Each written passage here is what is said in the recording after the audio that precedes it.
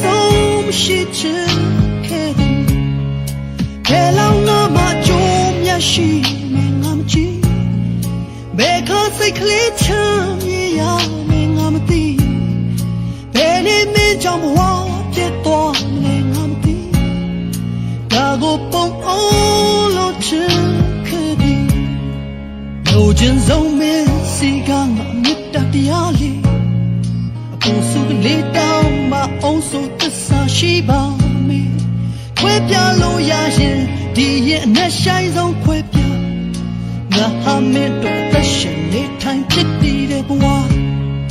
နေနေညစံကချိန်တွေလောကရဲ့ရှိတဲ့နေရာမရွေငါသက်ဆောင်သွားလိုက်ပါမယ်ဒီအချစ်တို့